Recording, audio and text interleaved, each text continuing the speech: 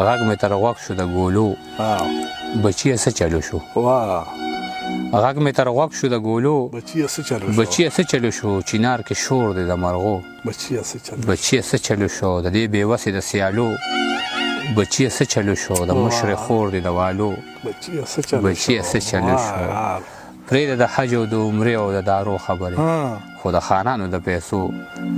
بچیه څه چلو شو بیل بیل نغري کې به په اور خفه کېده په بیل بیل نغري کې به په اور خفه کېده د رور په بیلېدو ورانه خور خفه کېده په بیل بیل نغري کې به په اور خفه کېده د رور په بیلېدو ورانه خور خفه کېده او چې چېرته به ما هم کوو صفت د نورو ژبو چې چېرته به ما هم کوو صفت د نورو ژبو زما نه به په دې خبره مور خفه کېده ډېر خیار چې چېرته به ما هم کوو صفت د نورو ژبو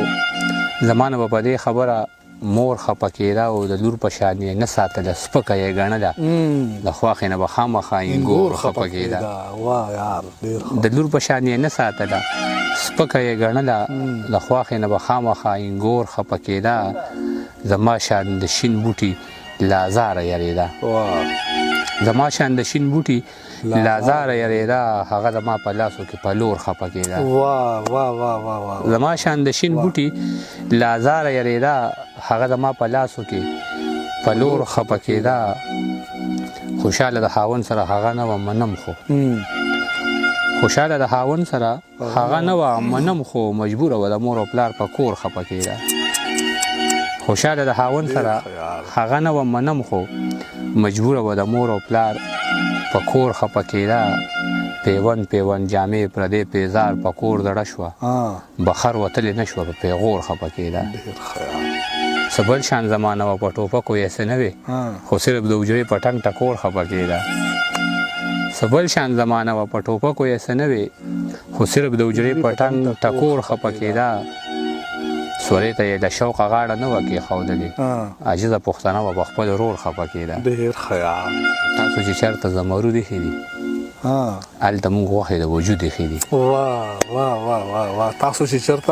تاسو چې چېرته زمرود ایښي دي هلته موږ غوښې د وجود ایښي دي جومات ته نه راځي د یارې نه څوک په مسلو کې چا بارود ایښي دي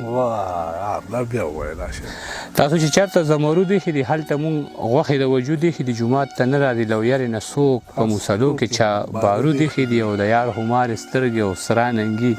د تماکو لاندې چاود ایښي دي د یار همارې سترګې او سره ننګي د تماکو لاندې چاود ایښي دي او د ستمونو شمار یې نه دی معلوم خو کرمونه یې محدود ایښي دي